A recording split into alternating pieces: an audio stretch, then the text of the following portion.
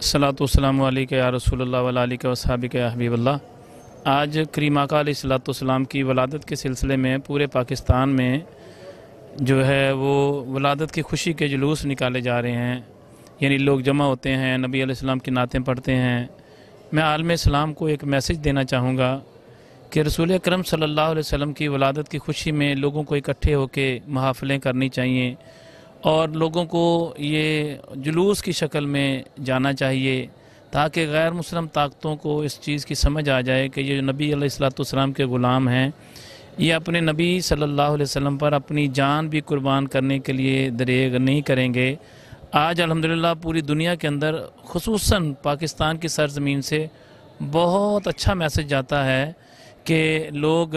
देखते हैं, बैरून मुल्क से लोग आते हैं देखने के लिए कि यार पाकिस्तान के अंदर सरकार का मिलाद कैसा होता है। पूरी दुनिया से लोग अल्हम्दुलिल्लाह पाकिस्तान की तरफ, पाकिस्तानी जो खुसूसी मुसलमान हैं वो नज़रें लगा के बैठे होते हैं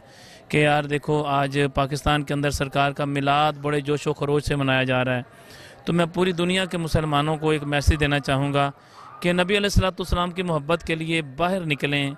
और गैर मुस्लिम ताकतों को बताएं कि सरकार के ग़ुलाम जो हैं वो किसी सूरत में भी पीछे रहने वाले नहीं हैं। अल्लाह ताला हमें नेक अमल की तौफीक अता फ़रमाए। ख़ुसूसन मैं निज़ाम टीवी वालों का मैं मशकूर हूँ कि इन्होंने मेरे मैसेज को आगे पहुँचाया